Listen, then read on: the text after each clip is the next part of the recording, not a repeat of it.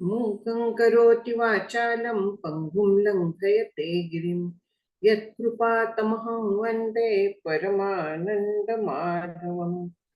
कृपाकटाक्षाची किरणे मोहसमुद्राचे आटणे खडे जये त्या श्रीकृष्णे वंदूतया ते। श्रुतिस्मृतिपुराणानाम् आलयं करुणालयं नमामि भगवत्पादं शङ्करं लोकशङ्करम्। शङ्करं शङ्कराचार्यं केशवं बादरायणं सूत्रभाष्यकृतौ वन्दे भगवन्तौ पुनः पुनः। सर्ववेदान्तसिद्धान्त गोचरन्तमगोचरं गोविन्दं परमानन्दं सद्गुरुं प्रणतोऽस्म्यहम्।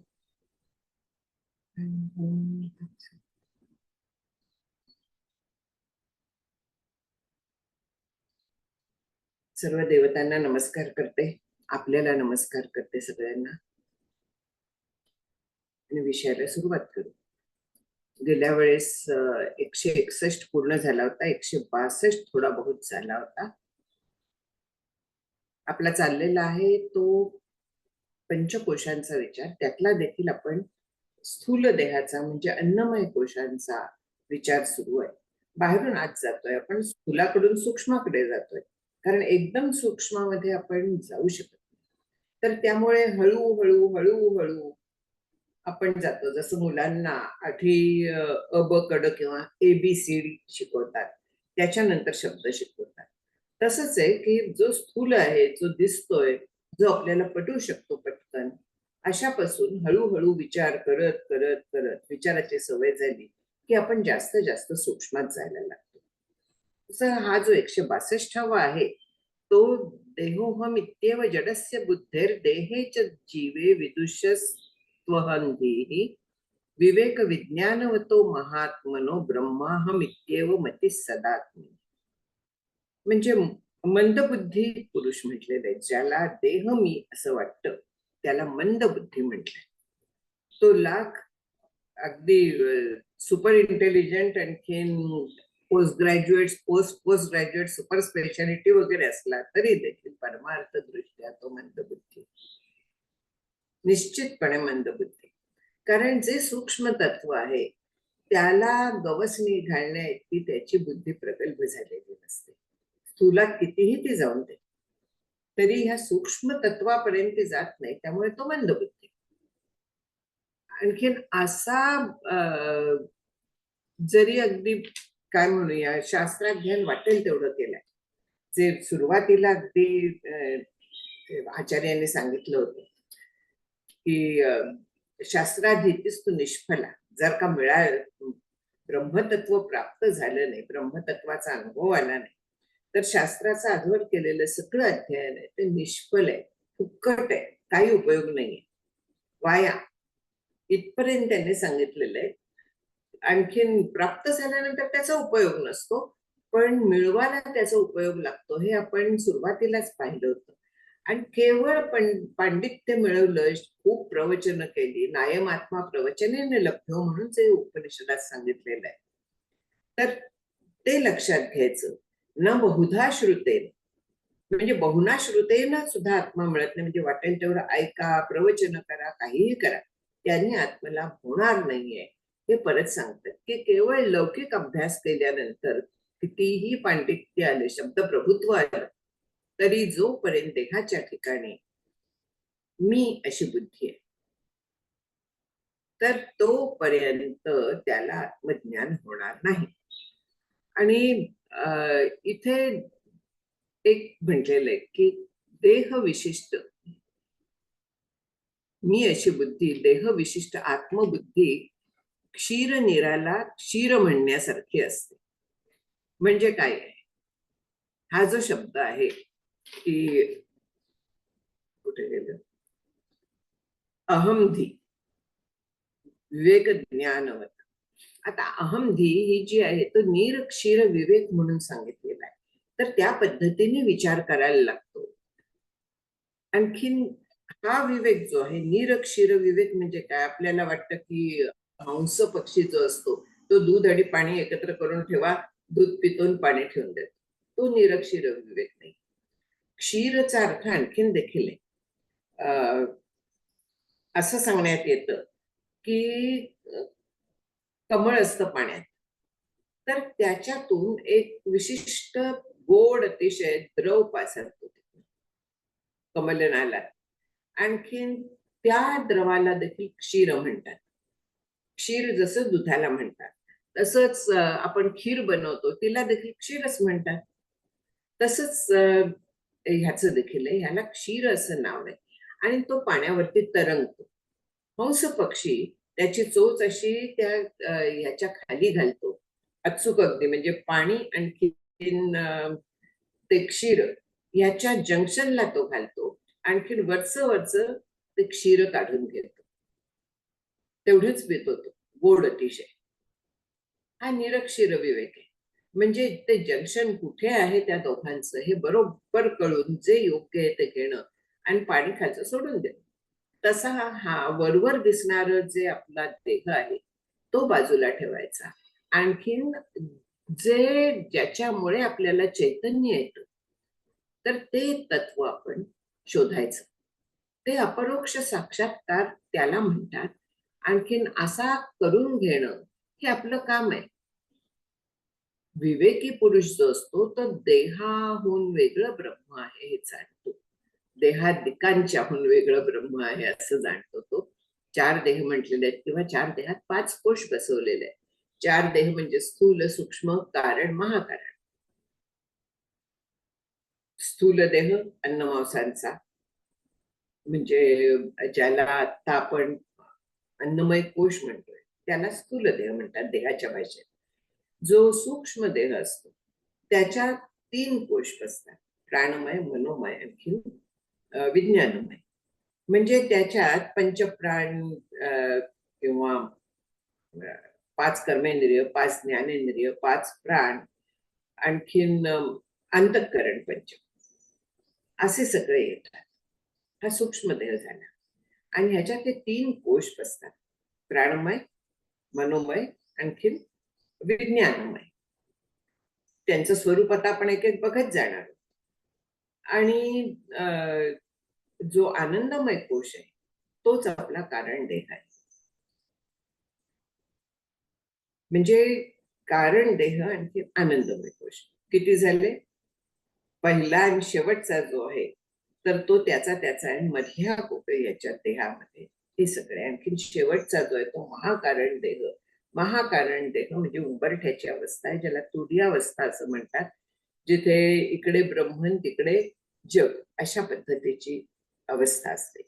म्हणजे सोहम असं जेव्हा आपलं अखंड चाललेलं असतं किंवा जेव्हा नामस्मरण चाललेलं असतं, तर तेव्हा त्या नामीच्या रूपाने तिथे ब्रह्म असतं. पण मी घेते ना ही जाणीव असते. माझी स्वतःची किंचित जरी जाणीव असली तरी तिथे जग रिप्रेझेंट होत आहे. सोहम मध्ये देखील 6 म्हणजे ब्रह्म. आणखीन मी अहम तिथे आहे. अहमच्या रूपाने तिथे संपूर्ण जग एका छोट्याशा ह्याच्यात राहिलेलं आहे. बीज रूपाने तिथे संपूर्ण जग आहे, रिप्रेझेंट करताय मी. म्हणून जग आणखीन ब्रह्म दोन्हीचही भान आहे, त्याला महाकारण देह म्हणतात.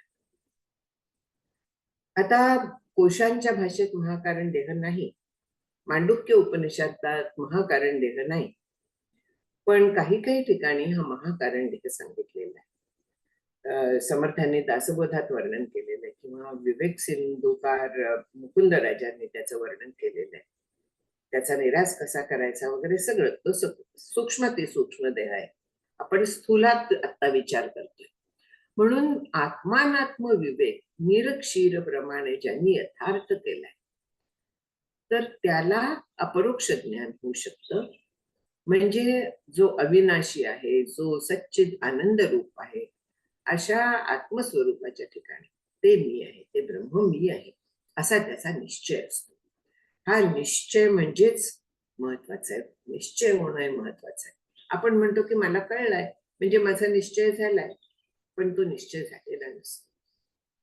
खरा निश्चय जेव्हा होतो तर त्यावेळी तो अपरिवर्तनीय होतो, संशयरहित होतो, कायमचा टिकलेला असतो. आपण विसरून जातो. आपला संशयरहित नसतो. आपल्याला 100 संशय असतात की असं कसं असेल बरं. अशा पद्धतीने आपण विचार करतच जातो. मनात कुठेतरी सूक्ष्म संशय राहिलेला असतो. तो पूर्ण अनुभवाशिवाय कधीही जाणार नाही. केवळ बुद्धीच्या साह्याने या विषयातला संशय जात नाही.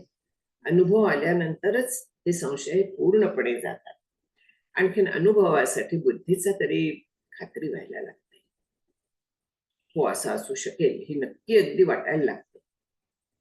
आपली श्रद्धा बसते श्री गुरूंच्या वरती, त्यांच्या वाक्यावरती, शिकवणीवरती, ईश्वरावरती, आपल्या साधनेवरती, शास्त्रावरती परिपूर्ण श्रद्धा पाहिजे ही सगळी. तर त्यावेळी आपली ती खात्री होते, संशय कमी होतो, आणखी मग अनुभव येऊ शकतो. पण त्यासाठी आधी शास्त्राने सांगितल्याप्रमाणे ह्या देहांचा विवेक पूर्ण करायला लागतो आपल्याला. म्हणजे देह बाजूला करायचा, देहातलं जे आत्मतत्व आहे ते स्वीकारायचं. देहातलं आत्मतत्व कसं, देह दिसतोय आपल्याला म्हणजे त्याच्या मागे सत आहे. सत आहे म्हणून केवळ देह दिसतोय आपल्याला, त्याचं अस्तित्व आपल्याला कळत आहे. मला ज्ञान होत आहे म्हणजे काय आहे, त्याच्या मागे चित्त आहे, तिथे आनंद होतोय. आत्ता नसेल होत पण होतो. आणखीन मग त्याचा सोर्स काय आहे, सच्चिद आनंद. म्हणजे मी सच्चिदानंद ब्रह्म आहे हे याच्यावरच सिद्ध होत. अहमस्मी सदा भामी कदाचिन्ना प्रिया इत्येवाहम न कथम ब्रह्म सच्चिदानंद लक्षणी. प्रश्न विचारलाय लक्ष्मीधर कवींनी की मी आहे, मी मला कळते, मला आनंद होतोय, मी मला कायम प्रिय आहे, असं असताना मी सच्चिदानंद रूप ब्रह्म कसं नसेल. हा विवेकाचा पाया आहे, हा विवेक आहे. आणि याला स्थूल देह बसत नाही. त्यामुळे स्थूल देह म्हणजे मी नाही असा निश्चय करायचा. तेच आता इथे 163व्या श्लोकात सांगतात की अत्र आत्मबुद्धीन त्याचे मूढ बुद्धे त्वं मांस मेदोस्थि पुरीशराशौ सर्वात्मनि ब्रह्मणि निर्विकल्पे कुरुष्व शांतीं परमां भजस्व. अशा देहावरती कसं आहे, गेल्या वेळेस जसं सांगितलं होतं मंगेश दादांनी की आपल्याला किळस यावी असं वर्णन असतं. देह म्हणजे काय आहे, त्वचा, मांस, मेद, अस्थि वगैरे सगळं आतमध्ये घाण भरलेली असल्या देहावरती अरे मूढ माणसा, मूर्ख माणसा, ते मी अशी बुद्धी सोडून दे. आणखीन जो परब्रह्म आहे, निर्विकल्प आहे, आनंद रूप आहे, व्यापक आहे, अशा ब्रह्माच्या ठिकाणी ते मी अशी बुद्धी ठेव. आणि तशी बुद्धी जर का तुझी स्थिर झाली तर तू परमाम शांती मिळेल. म्हणजे परमशांती, पूर्ण समाधान, पूर्ण आनंद असं मिळेल. शांती आणखीन आनंद एकाच नाण्याच्या दोन बाजू आहेत, काही फरक नाहीये त्यांच्या. पराशांती म्हणून जी असते ना, ती ह्या परानंदाच्या शिवाय मिळत नाही. दोन्ही बरोबर चालतात. म्हणून शिष्याला किंवा आपल्याला सांगतात शिष्य मूढमती नाहीये, पण मी नक्की मूढमती आहे. तर ते आपल्याला सांगतायत की अरे मूढ बुद्धे, ह्या देहाच्या बद्दलच जी आसक्ती आहे, जे मीपणा आहे, तो सोडून दे बाबा.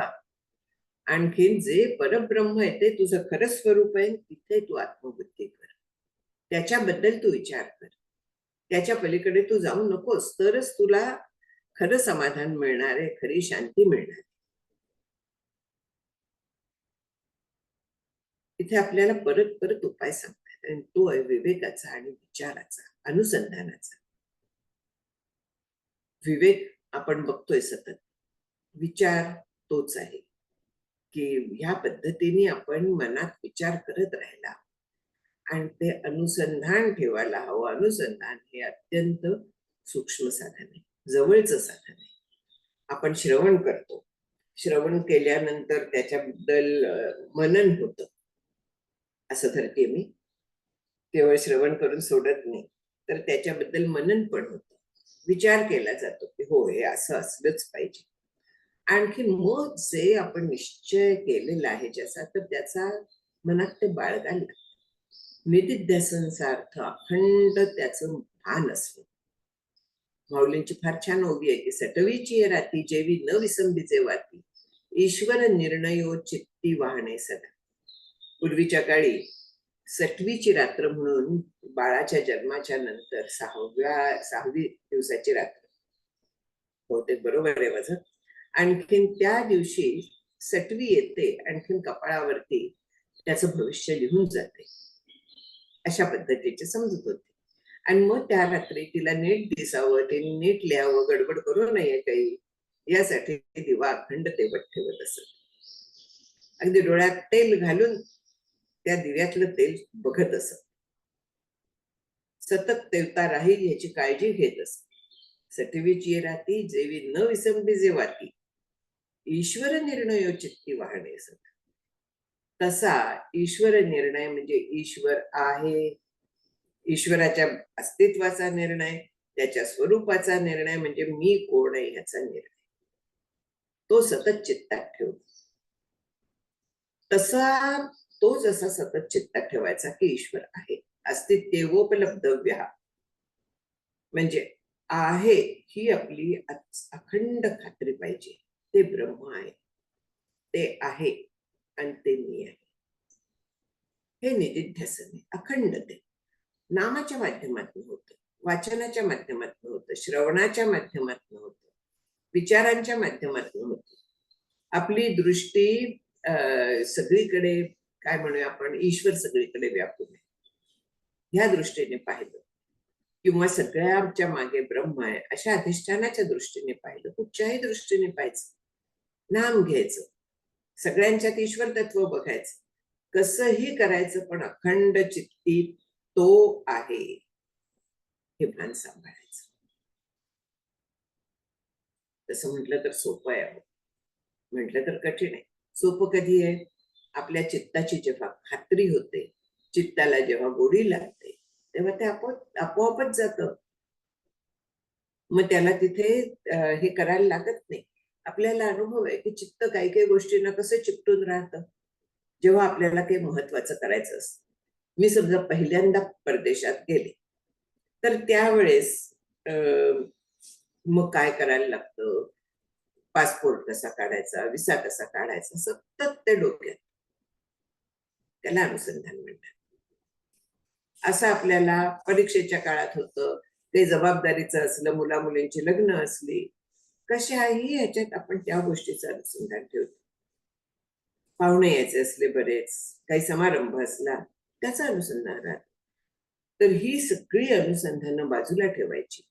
हा, त्याच्याबद्दल विचार करायचा, निर्णय घ्यायचे, पण परत परत परत परत मग असं करावं का, संकल्पन विकल्प सुरू.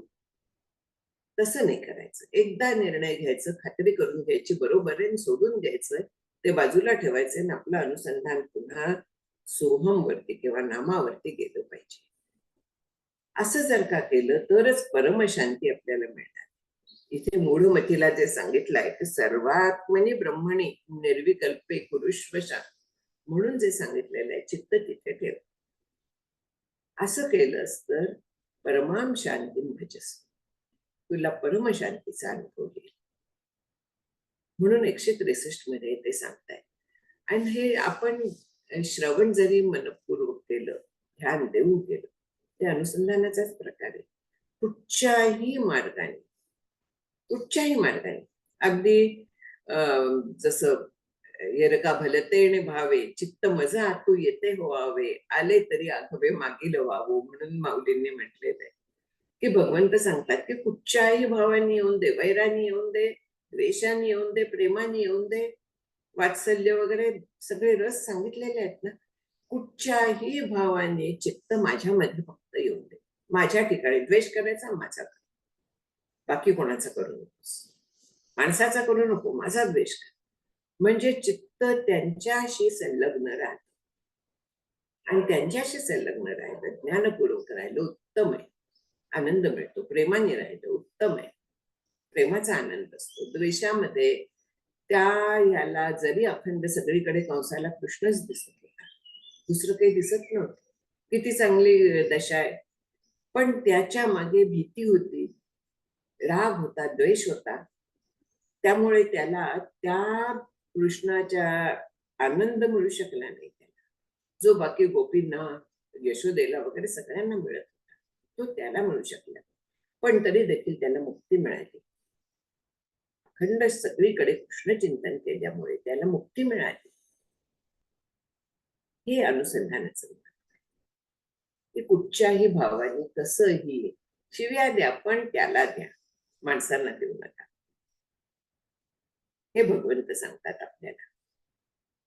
आणि इथे आचार्य आपल्याला की त्या सर्वात्मत्मे ब्रह्मणी तिथे विवेक ठेवा, ते तत्व मी आहे हे जाणून घ्या, त्याच्याबद्दल अस्तित्व बुद्धी ठेवा, म्हणजे मग त्या शांतीचा अनुभव येईल.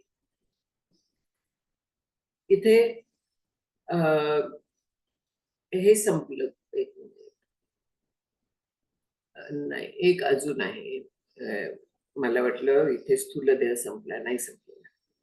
देहेंद्रियादा वसती भ्रमोदितां विद्वान अहंतां न जहाती यावत तावन्न तस्यास्ति विमुक्ती वार्ता अपि कुठे गेले अपि अस्तु एष वेदांत नयांतदर्शी. म्हणजे मगाशी ह्याचा आपला विचार झालाय की जोपर्यंत ह्या सगळ्या मिथ्या मिथ्या म्हणजे आत्ता दिसताय, उद्या नसेल, वाढताय, ज्याला विकार आहेत, असं जे ते मिथ्या असतं. असं जे मिथ्या देह, इंद्रिय वगैरे म्हणूनचा स्थूल देह बनलेला आहे, त्याच्यापर्यंत जोपर्यंत हा वेदांती म्हणजे परोक्ष ज्ञान असलेला, जोपर्यंत त्याच्यावरची आत्मबुद्धी सोडत नाही, अहमता म्हणजे ते मी आहे ही बुद्धी जोपर्यंत सोडत नाही, तोपर्यंत त्याला विमुक्ती वार्ता न असती, तोपर्यंत तो सुटणार नाही, मोक्ष त्याच्याजवळ फिरकणार सुद्धा नाही. मग तो कितीही पंडित असून दे, पंडित म्हणजे केवळ शास्त्र जाणणार, अशी आपल्याला संतांच्या चरित्रात पुष्कळ उदाहरणं दिसतात बघा. म्हणजे वामन शास्त्रींचं उदाहरण आहे, किंवा चिदंबर दीक्षित महास्वामी म्हणून होऊन गेले कर्नाटकात, त्यांच्या ह्याच्यात अशाच तऱ्हेचे स्वामी समर्थांच्या चरित्रात आहेत. कुठच्याही संतांच्या इथे जा, तिथे अशा तऱ्हेची उदाहरणं दिसतील की एखादा पंडित येतो आणि वाद घालायला लागतो, तर हे महात्मे एखाद्या सामान्य माणसाला कृपा करून त्याच्याशी वाद घालून त्याला हरवलेलं. आणखी अशा ह्याच्यात म्हणजे ज्याच्यातनं आपल्याला काय घ्यायचं असतं, ते चमत्कार म्हणून नाही घ्यायचे, तर इथे हे घ्यायचं आहे की एवढा शास्त्र अभ्यास केला, पण अहंकार प्रचंड, मी पंडित, मी ज्ञानी, उच्च ज्ञान, परोक्ष ज्ञान, शब्द ज्ञान, त्यांनी काय होणार? जे पाहिजे ते गुरुकृपा, ईश्वर कृपा, शास्त्र कृपा, ह्या कृपा कमावायला लागतात, मग आत्मकृपा आपोआप होते. ईश्वर कृपेने आपल्यावरती ईश्वर कृपा झालेलीच आहे. आपण ज्या अर्थी ऐकतोय, ज्या अर्थी वाचतोय, अभ्यास करतोय, इकडे बुद्धी होणं हीच पहिली ईश्वर कृपा आहे. आणखी मग ईश्वर आपल्याला गुरूंची प्राप्ती करून देतो, तिथे ईश्वर कृपा संपते. शास्त्राभ्यास आपल्याला शास्त्र कृपा दोन्ही बाजूला खरी जाते, की ईश्वर कृपेनंतर पण येते आपल्याला आकलन व्हायला लागतं वाचलेल्या ग्रंथांचं. गुरुकृपा झाल्यानंतर ते आकलन अधिक सूक्ष्म होतं, शास्त्र कृपा पूर्ण होते आपल्यावर, आणि त्या आकलनाचा उपयोग करून घेऊन आपण अनुसंधान सांभाळतो. श्री गुरूंच्या आज्ञेप्रमाणे वागतो, तीच त्यांची सेवा आहे महत्वाची. त्यांची आज्ञा पूर्णपणे पाळणं ही त्यांची खरी सेवा आहे. आणखीन अशी जर का आपण करत गेलो तर आत्मकृपा व्हायला वेळ लागत नाही. तेच सांगतात इथे की केवळ हा अहंकारी सो कॉल्ड विद्वान हे जोपर्यंत सोडत नाहीये, जोपर्यंत देह मी ही भ्रांती त्याची जात नाहीये, तोपर्यंत मोक्षाचा अधिकारी होऊ शकत नाही. कितीही त्याला ज्ञान असलं परोक्ष तरी, कितीही जरी उपनिषद पाठ असले, त्यांचा अर्थ त्याला कळत असला तरीही त्याला मुक्ती मिळणार नाही. मुक्ती न लभती जन्मशतेन, आचार्यांनी आशीर्वाद देऊन ठेवला. असा जो असतो त्याला शेकडो जन्म गेले तरी मुक्ती मिळणार नाही. छाया शरीरे प्रतिबिंब गात्रे यत् स्वप्न देहे हृदिकल्पितांगे यथात्म बुद्धिस्तवनास्ति काचित जीवत शरीरे न तथैव मास्तु. छाया शरीर म्हणजे काय आहे? कुठेतरी सावली पडलेली असते, कुठेतरी पाण्यात वगैरे प्रतिबिंब पडलेलं असतं, प्रतिबिंब गात्रे. आता सावली देहाची आपल्याला दिसतेय, माझ्या मागच्या बाजूला उजेड आहे आणि समोर सावली पडली मला दिसते. मग त्या सावलीला मी देह असं मी म्हणते का की मी आहे, मी चालले तिथे जमिनीवर? आपण म्हणत नाही. कुठेतरी प्रतिबिंब दिसतं, प्रतिबिंब पाहून त्या प्रतिबिंबाला मी समजते का? स्वप्नातली मी, तिथे मी पण असते. अनिर्वचनीय निर्माण होतं असं म्हणतात. आपण त्याचा विचार करू कधीतरी. पण तसं निर्माण होतं जे म्हटलंय, त्या स्वप्नातल्या मी वरती खरी मी म्हणून जाग झाल्यावर आपल्याला वाटतं का स्वप्नात मी असं केलं होतं असं मला वाटतंय? पण त्याचा जागेपणाशी काही संबंध नाही हे आपल्याला कळलेलं असतं, कारण ते केवळ मानसिक असतं, कल्पना केलेलं असतं. त्याच्यावरती जशी आपण हे मी, हा देह म्हणजे मी आहे, प्रतिबिंब म्हणजे मी आहे असं आपण कधीही म्हणत नाही, कधीच म्हणत नाही असं. त्याप्रमाणे ह्या सगळ्या जो देह आहे आपला पंचकोशात्मक 4 देहात, अशा ह्या देहावरती आत्मबुद्धी कधीही ठेवू नकोस. उपदेश करतात श्री गुरु की जशी त्या सगळ्यावरती छाया शरीर म्हणजे काय, भासमान ही जी आहेत सगळी खोटी आहेत, प्रतिबिंब रूप आहेत, सावलीसारखी आहेत, आज आहेत संपदा दुपाराची सावली म्हणून म्हटलेलं आहे ना, की येताय जाताय सगळं असंच चाललेलं असतं. तशा ह्या देहावरती आत्मबुद्धी तू ठेवू नकोस म्हणून श्री गुरु इथे सांगतायत. जिवंत शरीर जिवंत आहे, पण त्यातलं चैतन्य कुठून आलेलं आहे? ब्रह्म आहे, त्याच्या मागे आत्मतत्व आहे म्हणून त्याला चैतन्य मिळालेलं आहे. ते त्याचं स्वतःच नाहीये. तो जो हालचाल करतोय ते सगळं जे करतोय ते त्याचं अंगीभूत, त्याचा स्वभाव नाहीये. त्याचा स्वभाव जो आहे तो पंचमहाभूतात्मक आहे, पूर्णपणे जड आहे. ते म्हणजे खरा तू नाहीस, हे अगदी लक्षात घे. देहात्म धीरेव नृणाम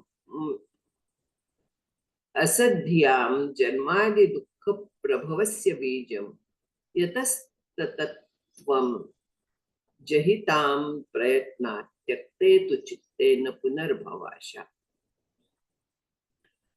म्हणजे जन्माची वगैरे ही सगळी दुःख होतात. त्याला कारण काय आहे? तर देह म्हणजे मी आहे अशी जी बुद्धी आहे ती याला कारण आहे. सगळे दुःख जी आहेत तर ती मी देह हे सगळं माझं अशा कारणामुळे होत असतात. विचार करूया आपण अगदी की बाकी कोणाला काहीही झालं तरी आपल्याला काही वाटतं का? सहानुभूती वाटायलाच हवी.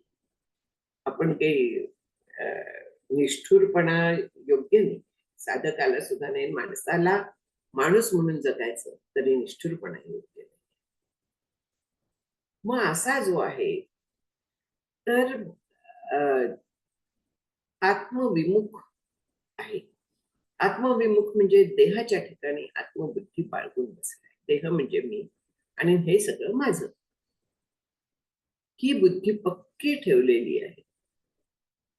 ही प्रयत्नाने सोडायला पाहिजे, कारण केवळ तीच दुःखाची कारण आहे. आपण याच्याही आधी अनेक श्लोक येऊन गेले की दुःखाचे कारण काय आहे.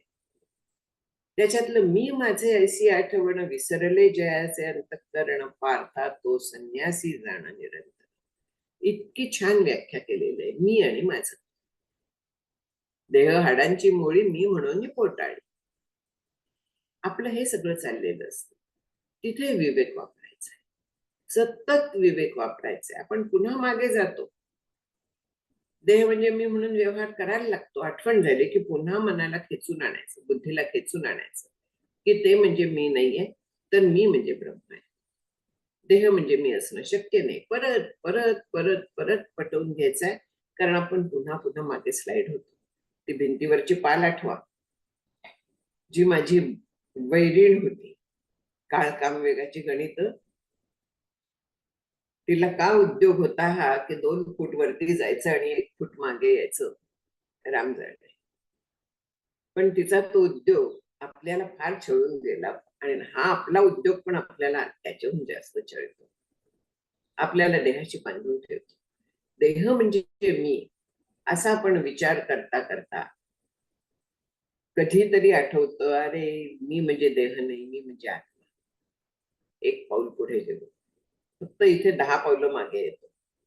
एक पाऊल पुढे जाऊ, हळूहळू ते मागे येणं कमी व्हायला लागतं आणि पुढे जाणं वाढायला लागतं. सुरुवातीला असंच इंचभर पुढे जातो, आणखी फुटभर मागे येतो. तसंच चालतं सुरुवातीला. त्याच्याबद्दल स्वतःला दोष द्यायचा नाही.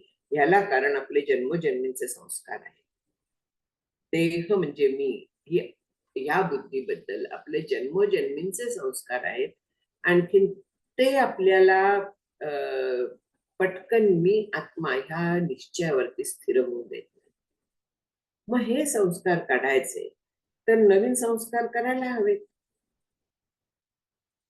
भिंतीचा जुना रंग काढायचा तर तो जरा काढून नवा रंग लावायला लागतो ना, नवीन संस्कार करायला लागतात, ते दृढ व्हायला लागतात. त्यामुळे 2-3 कोट देतात भिंतीवरती देखील. पण ही देहात्मधी मी म्हणजे देह, आणखीन हे सगळं माझं आपल्याला बांधून टाकायला हे कारण. म्हणजे लोक इतकी, काय म्हणूया, मूर्खच म्हणायला पाहिजे, अविवेकी. माझं म्हणजे कुठपर्यंत माझं जाऊ शकतं. आता नटनटी मेल्यानंतर आत्महत्या करणारे काही होते. मर्लिन मनरो म्हणा, किंवा साऊथ मधले पण कोणीतरी असेच होते. ते जेव्हा गेले तेव्हा त्यांच्या फॅननी इतकं त्यांच्या ठिकाणी तादात्म्य ठेवलं होतं, इतकं त्यांच्याबद्दल प्रेम होतं, की त्यांनी आत्महत्या केली. हे पराकोटीचं झालं, मूर्खपणाचा कळस झाला. पण आपण काय कमी होत का? आपण देखील मुलांना काही झालं की माझंच मलाच झाल्यासारखं आपण दुःखी होऊन जातो. आपण विसरतो की प्रत्येक जीव त्याचं त्याचं प्रारब्ध घेऊन बरोबर आहे. एखादी वस्तू हरवली, एखादी वस्तू फुटली, मोडली, जे जन्मलाय त्याला नाश आहे, जे आहे ते जाणार आहे, हा विवेक आपण पाळतो आणि दुःखी होतो, कारण ते माझं आहे. शेजाऱ्याचं गेलं, मी दुःखी होणार नाही, कारण ते माझं नाही. म्हणून माझेपणा जो आहे त्याला ममत्व, मम म्हणजे माझं, माझेपणा, हे ममत्व जे आहे, आणखीन मी म्हणजे देह, हा हे पूर्णपणे दुःखाला कारणीभूत आहे. ते सोडलं की दुःख येणार आहे कशाला? काही हो, होत आहे ते ईश्वर इच्छेने होत आहे, संपलं. आनंदात राहतो माणूस. किती थोडं आहे बघा, एवढंच फक्त बदलायचं. त्याला आपल्याला किती मेहनत लागते, किती प्रयत्न लागतात, किती विचार लागतो. याला कारण जन्मोजन्मींचे ते संस्कार आहेत, ते खूप दृढ झालेले असतात. पण तरी देखील प्रयत्न केला तर एकाच जन्मात ते जाऊ शकतात. होत नाही याला कारण प्रयत्न पुरेसे नाही. जो वेळ मिळतो तो पूर्ण युटिलाइज केला पाहिजे, त्याच्याशिवाय चालत नाही. जो वेळ असतो तो जर का चिंतनात म्हणा, वाचनात म्हणा, श्रवणात म्हणा, कशातही युटिलाइज करा. खूप आपलं बिझी आयुष्य आहे, प्रश्नच नाही, आणि त्याच्यात आनंद आहे, असावंच बिझी माणसाने. पण शरीर काम करताय, मनाला किती वेळ आहे? केवढा वेळ असतो आपल्याला? तो आपण कुठल्या तरी भूत भविष्य वगैरे चिंतनात प्लॅनिंग सगळं करण्यात, आणखी परत परत परत परत तेच मुलं बाळ, हे ते, किती आपण वेळ त्याच्यात वाया घालवतो. म्हणजे वेळ अवेलेबल नाही असं नाही, मला वेळ मिळत नाही ही सबब पूर्णपणे खोटी आहे. पूर्ण खोटी आहे. वेळ आपल्याला नक्की मिळतो. मनाला वेळ भरपूर असतो, चिंतनाला वेळ भरपूर असतो, पण आपण तो वापरत नाही. आपण विसरतो आणि पुन्हा पुन्हा या जगाच्या सत्यत्वात मी आणि माझेपणा याच्यात रमून जातो. असं रमल्यामुळे त्या तत्वाचं चिंतन करायला मला वेळ नाही हो, काय करू? कुठून आणू मी वेळ? तुम्ही सांगा ना. अगदी बरोबर. नाही वेळ मिळणार जर का आपण भूत भविष्याचं चिंतन करत राहिलो, मी न माझे मध्ये अडकलो, तर आपल्याला अजिबात वेळ मिळणार नाहीये.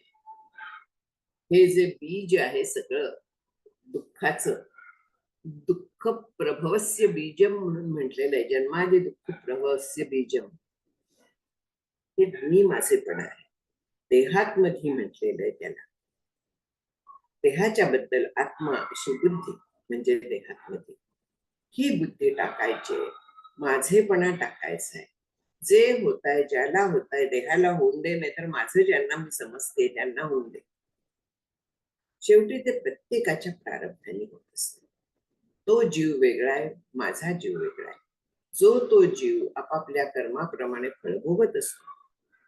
समर्थांची खूप छान ओवी आहे की प्रारब्ध योगे मिळाले, एकच स्थळी जन्मास आले, ते तुवा आपुले मानितले कैसे पडत बोलता. मी आधीही सांगितली असेल, तर मला फार आवडतं ही ओवी की कर्मयोगे मिळाले असं जे आहे, पूर्वकर्मांच्या मुळे भेटले, एके स्थळी जन्मास आले.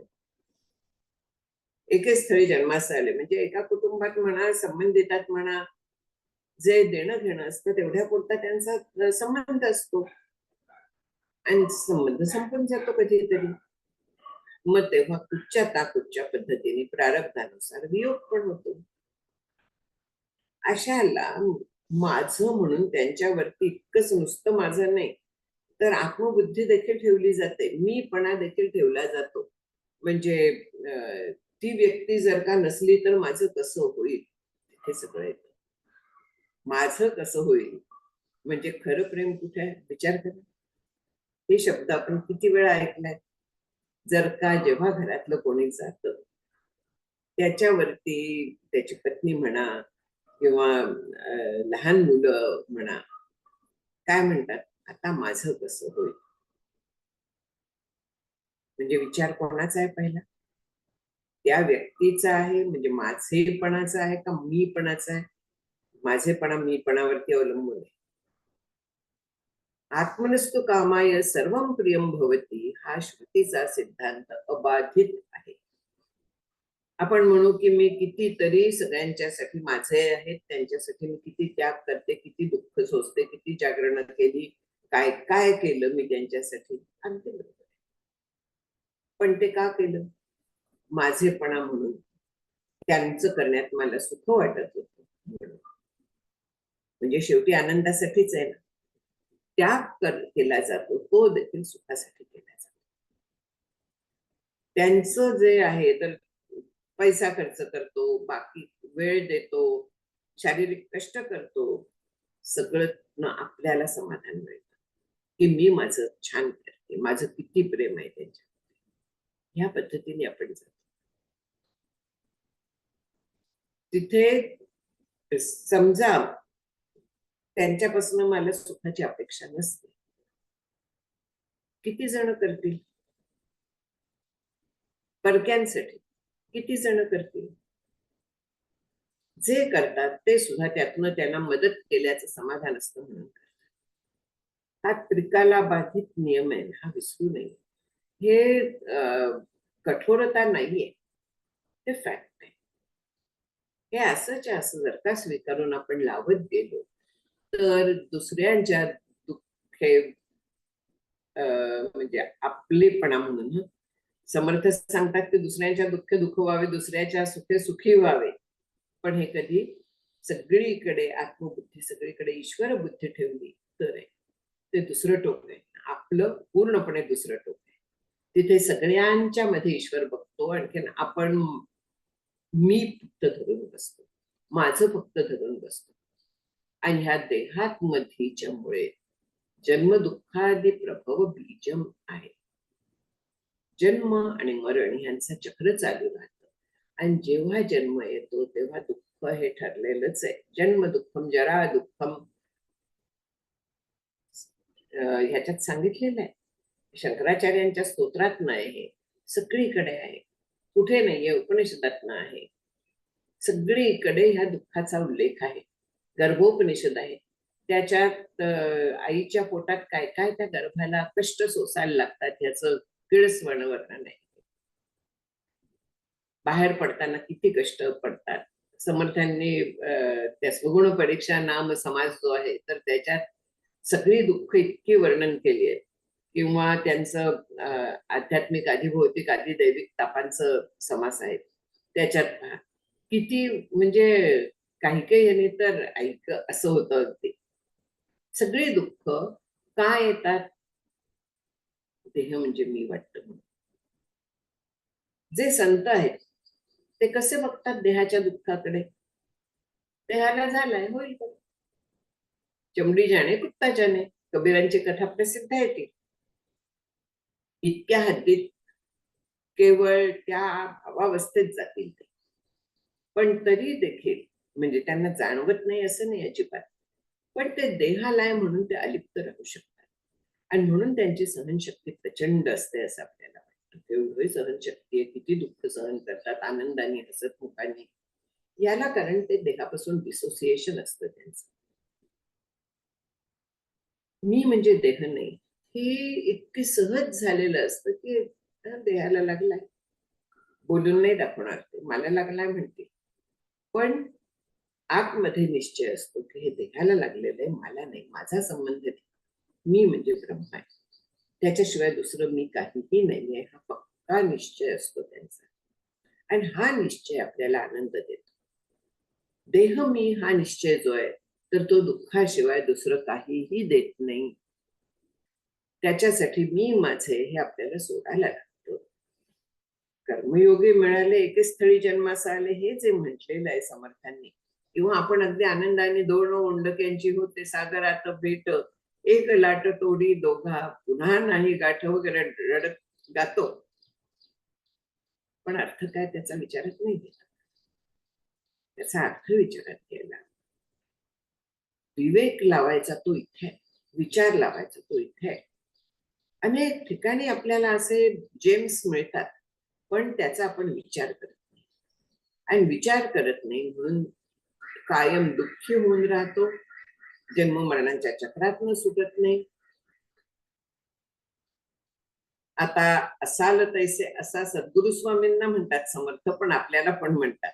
नाही जमत मला डाटा, सोपं आहे अतिशय, करायचा आहे प्रयत्नांनी, पण माझ्याच्याने काहीच होत नाही. हो काय, रडा, पुन्हा जन्माला या, पुन्हा मरा, त्याला दुसरं उत्तर नाही. ते कठोर वाटतील, पण हेच त्याला उत्तर आहे की जमत कसं नाही, प्रयत्न केलाय, हे मुख्य आहे. या दृष्टीने मला दासबोधाचं मी नेहमी सांगते, कारण त्याच्यात प्रयत्नांचं महत्व इतकं वर्णन केलेलं आहे. रेखा तितुकी पुसवलं जाते, हे तो प्रत्यय असं येते. तरी डोळे झाकणे करावी ते काय निमित्ते म्हणून विचारतात समर्थ. हातावरची रेषा प्रयत्नांनी पुसली जाते, प्रयत्नांनी हातावरची रेषा बदलते, हे प्रत्ययाला प्रत्यक्ष येतं. प्रयत्न करा, हातावरच्या रेषा बदलल्याच पाहिजे. उजवा हात आणि डावा हात कंपेअर करा. उजव्या हातावरच्या रेषा ज्या असतात त्या बदलता असतात, आणि डाव्या हातावरच्या आपल्याला आपण जन्माला आलेलं असताना जी परिस्थिती आपल्या भविष्याची होती त्या दाखवतात. हे विषय पालट आहे. समर्थ सांगतात, मूर्खांच्या यादीत भविष्य सांगणारा पण आहे, म्हणजे वेदांती आहे. वेदांत याचा अभ्यास करतोय जगन मिथ्यत्वाचा, आणि त्या जगातल्या गोष्टींचं भविष्य सांगतोय. त्याला प्रहत्त मूर्ख म्हणून म्हटलेलं आहे समर्थांनी. भविष्य सांगो लागे जनी. कारण एकीकडे सगळं जग मिथ्या आहे, देह मिथ्या आहे म्हणताय, आणि मग पुढे काय होणार आहे हो म्हणून अगदी विचारायला जात. असे मूर्ख असतातच, ते सोडून द्यायचं. पण ज्याला हे माहितीये तो सुद्धा जर का भविष्य सांगायला लागला तर मग त्याला काय म्हणायचं? त्याला पडत मूर्ख म्हणतात. मग शेवटी मूर्खपणा तो आहेच तिथे. असत्य जगाचं किती विचार करायचा? जे होणार आहे ते होणार आहे ना, कशाला विचार करा? प्रारब्ध असं बदलता येतं का? येतं. सौम्य प्रारब्ध प्रयत्नाने बदलता येतं, पण हे प्रारब्धात आहे की नाही हे कळणार कसं प्रयत्न केल्याशिवाय? तसंच बसायचं का? नाही. प्रयत्न आपल्याकडनं पुरेपूर करायचे. आणखीन परमार्थाच्या बाबतीत हे अगदी लक्षात ठेवायला हवं की प्रारब्धाचा संबंध नाही, तिथे प्रयत्नच आहे. परमार्थ सिद्ध होण्यासाठी प्रारब्धाचा संबंध नाही, जो आहे तो मायनर आहे. कधी कधी प्रारब्ध प्रतिबंध नावाचं एक शास्त्रात सांगितलेलं आहे की सगळ्या बाजूने उत्तम प्रयत्न झाला तरी पण जर का ज्ञान होत नसलं तर कुठेतरी प्रारब्धाचा प्रतिबंध आहे. मग तो श्री गुरु बघतात, निवारण होऊ शकतं कधी कधी वेगळे प्रयत्न करून, तसंही करता येतं. पण आपण प्रयत्न न करता मला प्रारब्धच माझं असं, मला काही जमतच नाही वगैरे जर का आपण रडत बसलो तर कसं चालायचं?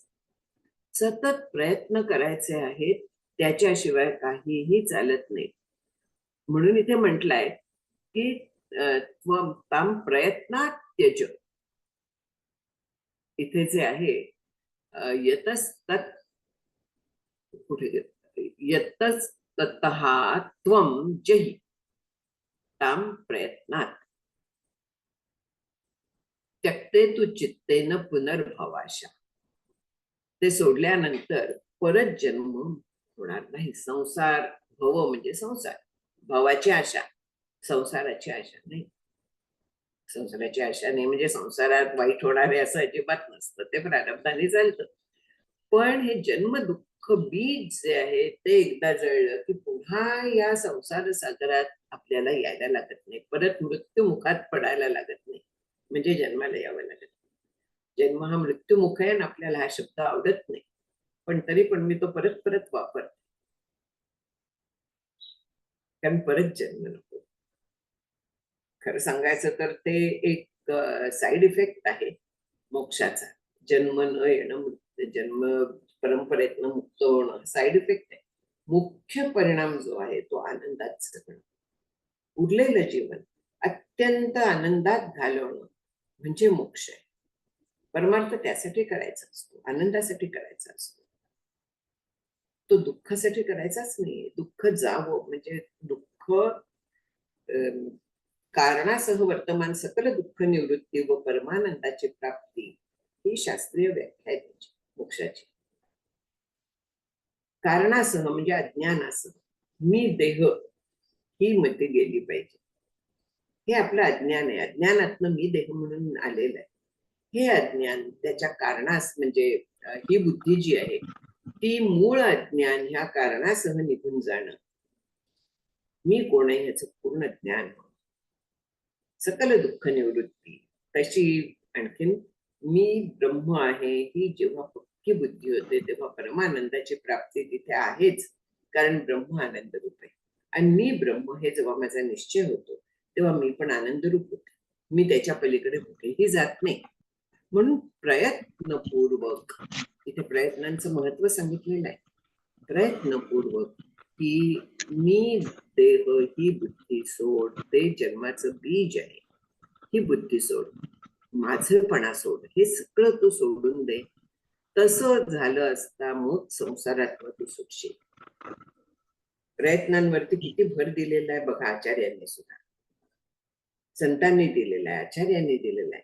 कारण खरोखरी इथे प्रारब्ध नाही संबंध, आपण उगाच त्याचा विचार करत असतो.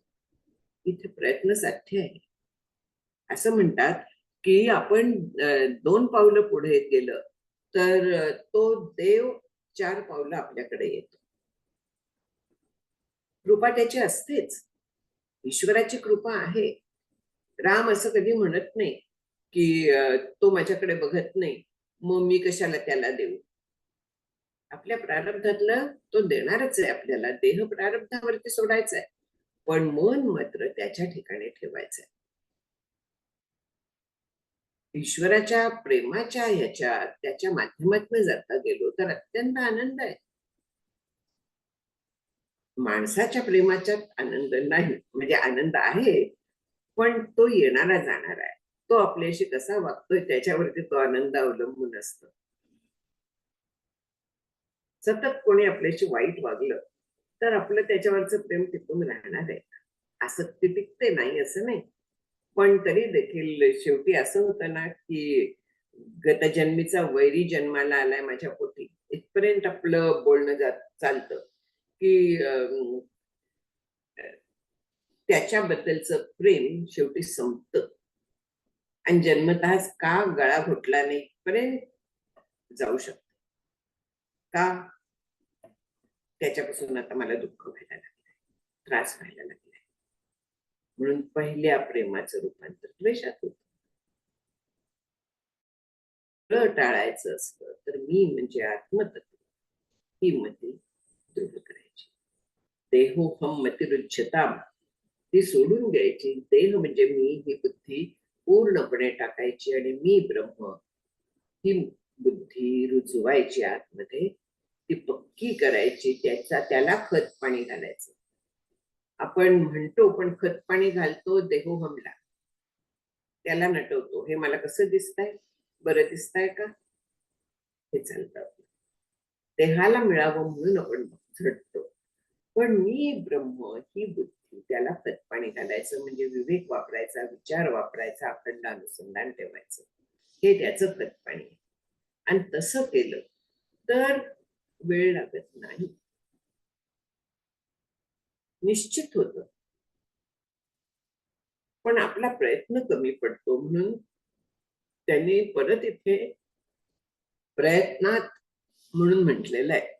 प्रयत्नांनी ही मती सोडून दे, आणखीन कुठची धर, तर मी ब्रह्म आहे हे पकड. हा 166वा झाला. 167 पासून आता, म्हणजे इथे 166 ला आपला, मला वाटतं 156च्या आसपास आपण सुरुवात केली. 10 एक श्लोक आपण केवळ त्या स्थूल देहाच्या बद्दल बोलतोय. केवढे झाले श्लोक? एक संपूर्ण स्तोत्र देखील 8 श्लोकात वगैरे पुष्कळ वेळा असतं. 6 श्लोक, 8 श्लोक, 10 श्लोक, तेवढं आपण ह्या देहाचं स्तोत्र गात बसतोय. मी देह हे सोड बाबा, सोड बाबा, असं आहे तसं आहे, सगळ्या पद्धतीने आचार्य विचार सांगतायत. आणखीन या देहाचा विचार सोड बाबा, आता सुटलाय असं आपण धरूया 166 मध्ये. आणि 167 मध्ये आता त्याच्या आतला दोष सांगताय. बघा, ह्या स्थूल देह जो आहे आपल्याला दृष्टीला दिसतोय प्रत्यक्ष, त्याच्या आतला जो आहे तो प्राणमय कोश, त्याच्याहून सूक्ष्म. प्राणमय कोशात काय काय येतं? कर्मेंद्रिय ही पंचभीरंचितो यम प्राणो भवेत, प्राणमयस्तु कोशः येनात्मवान अन्नमयोनुपूर्णः प्रवर्तते सौ सकल क्रियासु. 5 कर्मेंद्रिय आणि त्याच्या सह प्राण, म्हणजे पंचप्राण आणि पंचकर्मेंद्रिय हे दोन्ही मिळून प्राणमय कोश होतो. आता म्हटलं तसं की अन्नमय कोश आपल्या डोळ्यांना दिसतो. कर्मेंद्रिय म्हणजे सूक्ष्म कर्मेंद्रिय इथे घेतलेली, इथे स्थूल हात पाय वगैरे घेतलेली नाही. हा जो विचार आहे हा सूक्ष्म कर्मेंद्रियांचा आहे. म्हणजे आता कान हे स्थान आहे, पण कानाला ऐकू येण्याची जी शक्ती आहे ती कुठून येते? त्याचं नाव कर्मेंद्रिय. आणि हे कर्मेंद्रिय जे आहे ते सूक्ष्म असते, तो सूक्ष्म देहाचा भाग आहे. मग असे जे म्हटलं पंचप्राण पंचकर्मेंद्रिय, ती कर्मेंद्रिय म्हणजे स्थूल देहाची नाही. स्थूल देहाची असती तर ती मग कशी काय बदलली असती, आणखी कशी काय देह सोडून गेली असती? सूक्ष्म कर्मेंद्रिय जातात, प्राणांच्या साह्याने जातात. पण कर्मेंद्रिय 5 आणखी 5 प्राण हे जे सूक्ष्म आहे, जे मला स्थूलपणे दिसत नाही, पण तरी देखील त्याचा आता प्राणाचं मला जाणवतं की नाही, येणं जाणं जाणवतं, पोटामध्ये हालचाल चाललेली ती मला जाणवते, हातपाय हलतायत म्हणजे तिथे एनर्जी आहे ती मला जाणवते. हे सगळे प्राणांचे. कुठचीही हालचाल म्हणूया, क्रिया म्हणूया, या प्राणांच्या शिवाय होत नाही. प्राण म्हणजे एनर्जीचं रूप आहे. एनर्जी म्हणजेच प्राण आहे. आणि मग शरीरात आपल्याला वेगवेगळ्या सिस्टीमना एनर्जी लागते की नाही, मग त्याप्रमाणे प्राणांचे 5 भाग केले. प्राण, अपान, उदान, समान, व्यान असे ते भाग आहेत. आणि हे जे प्राण आहेत, पंचप्राण, तर ते सगळं शरीर चालवतात. म्हणजे कसं चालवतात? प्राण हा मुख्य त्यातला, श्वास, उच्छ्वास, तहान, भूक प्राणाचं कार्य आहे. हे जर का नसलं तर आपले प्राण शिल्लक राहतील का देहात? निघून जातील. म्हणून ह्याला मुख्य प्राण म्हणायचं. ऍक्च्युली मुख्य प्राण सूत्रवायू म्हणून जो म्हणण्यात येतो, किंवा हनुमंताला सुद्धा मुख्य प्राण म्हटलेलं आहे. तो देवता रूप हनुमंत जो आहे तो, कारण तो प्राणांचा रिप्रेझेंटेटिव्ह आहे. हनुमंताला, आपलं भरताला रामाने म्हटलंय की भरत भैया कपी के सिवा कछु नाही. म्हणजे कपी म्हणजे हा जो हनुमंत आहे त्याच्याशिवाय काहीही करणं शक्य नव्हतं, कारण ते प्राणाचं स्वरूप आहे, रूपक प्राणाचं आहे. आणि प्राण होते, त्यांनी सगळी मदत केली, त्याच्यामुळे ताकद मिळाली, त्याच्यामुळे सगळं करता आलं. आपल्याला माहितीये रामायणात हनुमंतांचा रोल केवढा मोठा आहे. तर ह्या शब्दात रामाने भरताला सांगितलं.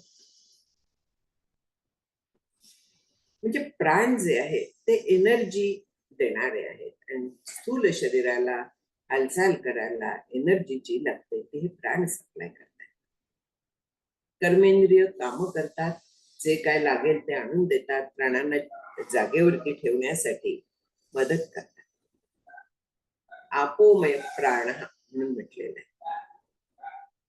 अन्नमयो सौम्य मन आपोमय प्राण, उपनिषद सांगतात की मन जे आहे ते अन्नमय आहे. हे जेव्हा सांगितलं तेव्हा कसं, त्याच्यासाठी प्रयोग पण सांगितला होता की पटत नाहीये, ठीक आहे, तू असं कर, 15 दिवस अन्न अजिबात घेऊ नको, पाणी मात्र घे. अपोमय प्राण आहे, पाणी जर का घेतलं नाही तर प्राण कासावीस होतात, आपण म्हणतो की नाही, तहानेने कासावीस झाल्यात प्राण माझे. अपोमय प्राण, पाण्यापासून प्राणांची निर्मिती आहे, पंचभूतात्मक आहेत, विसरू नये. मन जे आहे ते पंचभूतात्मक आहे, ते अन्नमय आहे. तर त्याला सांगितलं की तू 15 दिवस अजिबात अन्न खाऊ नकोस, पाणी हवं तेवढं. त्याप्रमाणे त्यांनी केलं आणि 15 दिवसांनी आला. 15 दिवसांच्या आधी चांगलं शास्त्र शिकलेला होता. 15 दिवसांनी आला, त्याला काही ऋचा म्हणायला सांगितल्या, त्याला काहीही आठवेना. मग त्याला सांगितलं की जा आणखीन आता जेव, थोड्या वेळाने ये माझ्याकडे परत. तो गेला, जेवला, विश्रांती घेतली, आला परत. आता म्हण, धडाधड म्हणून दाखव. का? तिथे जेमतेम प्राणांची एक कला शिल्लक राहिली होती, 15 कला त्याच्या गेल्या होत्या. म्हणजे मन त्याचं कार्यक्षम राहिलेलं नव्हतं, कारण अन्न नव्हतं. तसं प्राण जे आहे ते पाण्यावरती अवलंबून आहे. अपोमय प्राण,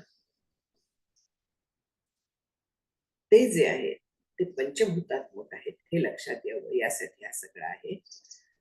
त्यांचा आपल्याला निराश करायचा आहे. पंचप्राणांचा, प्राणमय कोशांचा देखील आपल्याला निराश करायचा आहे. त्या दृष्टीने हा विचार आहे. मला वाटतं आता वेळ संपलेली आहे, तर त्यामुळे इथे आपण 167 आपला सुरुवात झालेली आहे केवळ. कुठल्या वेळेस ह्याचा विचार होईल. आता 167 168 प्राणमय कोश आहे, आणखी त्याच्यानंतर पुढे मनोमय कोश आहे, त्याच्याहून सूक्ष्म जो आहे तो मनोमय कोश आहे. अन्नमय कोश आपण आज शक्य झाला तसा पूर्ण केला, त्याचा निराश मात्र आपल्याला करायचा आहे. झाला असला कोणाचा उत्तम आहे, पण आपल्याला आचार्यांनी मार्ग दाखवतायत, साधना सांगतायत की कसं आपलं करायचं आहे, आणि असं केलं तर काय होईल आणि नाही केलं तर काय होईल, दोन्ही पद्धतीने आपल्याला सांगतायत. दोन्ही बाजूने विचार करायला लागतो, तर त्याप्रमाणे आचार्यांनी केलाय. आणखीन आता ते सूक्ष्माच्या ह्याच्यात जात आहेत, हळूहळू अधिक अधिक सूक्ष्मात जाते. तर इथे आज आपण थांबूया. हरिओम.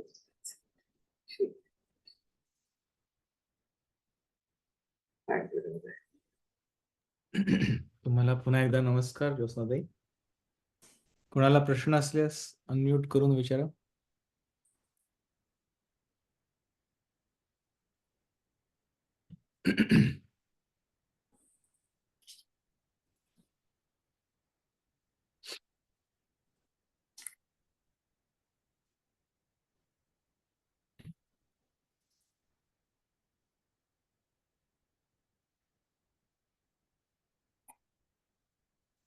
बरं, मी कोणा प्रश्न सुचत असतील तोपर्यंत मी विचारतोय की इथे मागच्या श्लोकात जे देहात्म बुद्धी प्रयत्नाने सोडून दे, आणि हा प्रयत्नाचं स्वरूप विचाराचंच आहे ना, की अजून दुसरं, आणि त्याच्यात शरणागती किंवा स्वकर्म कुसुमांची विरा हा जो विचार आहे तोही त्याच्यातच मोडतो, म्हणजे देहाभिमान सोडण्यातच.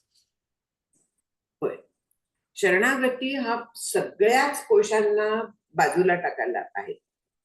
शरणागतीमध्ये मी माझे मावळ सर्व तू तुझे उगवत आहे. त्यामुळे माझं मन पण नाही.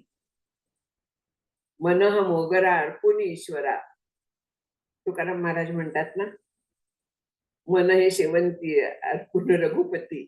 सगळ्या बाजूंनी त्यांनी वर्णन केलेलं आहे की सगळेच कोश जे आहेत तर ईश्वरार्पण हा अल्टिमेट त्याला उपाय आहे. विचार आणखी शरणागती.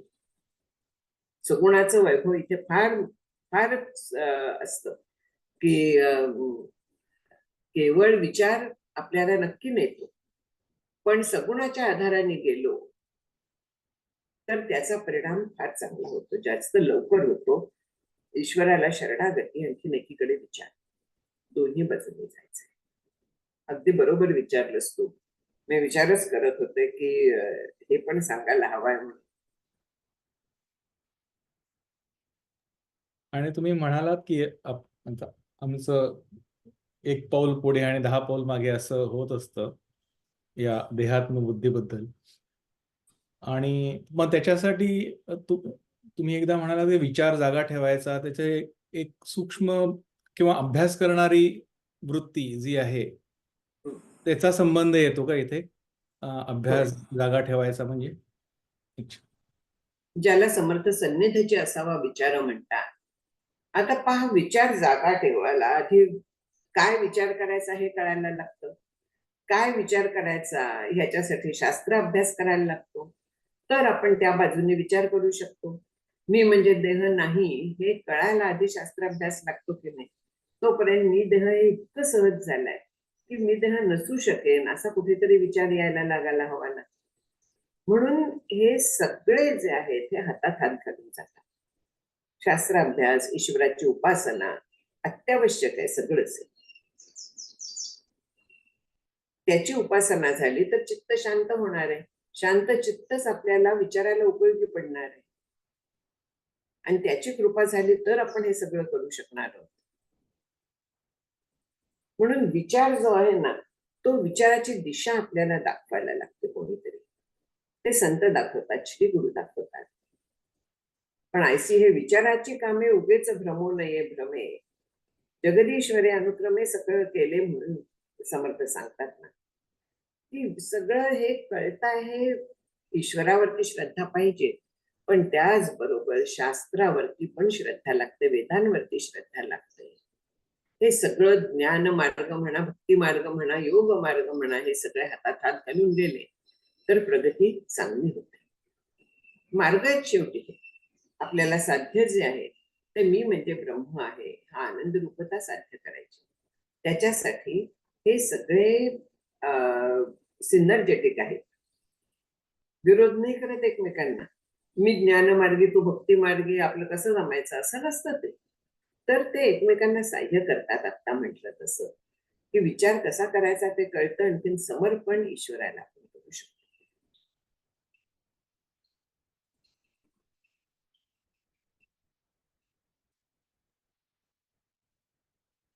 ते आणखीन प्रश्न आहेत?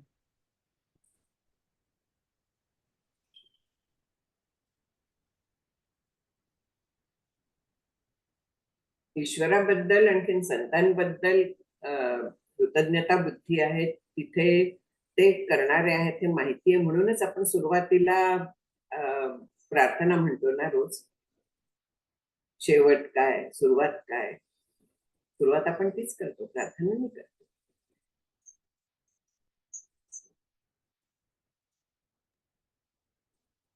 थांबूयात. हो, पण आज प्रयत्नांवर पण भर द्या असं भरपूर सांगितलेलं आहे आज. अर्थात प्रयत्नांच्या शिवाय काय होणार आहे? आणि प्रारब्धात काय आहे ते जाणून घेण्यासाठी प्रयत्न करा. त्याच्यासाठी नाही, प्रयत्नांनी पुढे जायचंय. प्रारब्ध जाऊन दे, ते त्याचं ते काय करायचं ते करेल. त्याच्याकडे लक्ष द्यायचं कारण नाही.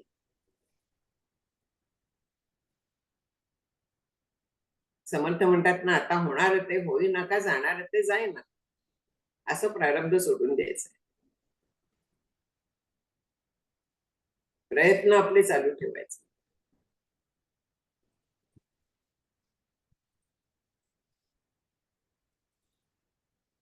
ठीक आहे, मी शेवटचा श्लोक घेतो. एक मिनिट. हा दादा, हॅलो. हा, हा जो भाव आहे, जो अवेअरनेस वाला, त्याला साक्षी भाव म्हणू शकतो का ताई आपण? आपण जर का अलिप्तपणे आपल्या विचारांकडे पाहायला लागलो, देहाकडे पाहायला लागलो, तर त्याला साक्षीभाव म्हणायचं. म्हणजे देहाच्या सगळ्या व्यवहारांच्याकडे वेगळेपणाने बघतोय. हा माझा देह चाललेला आहे, अशा पद्धतीने जर का आपण करायला लागलो तर तो साक्षीभाव आहे.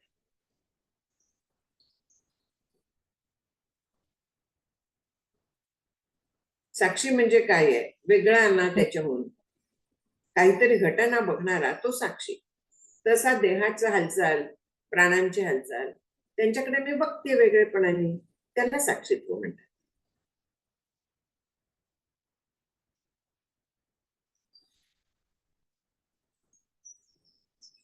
ओके, आलं लक्षात.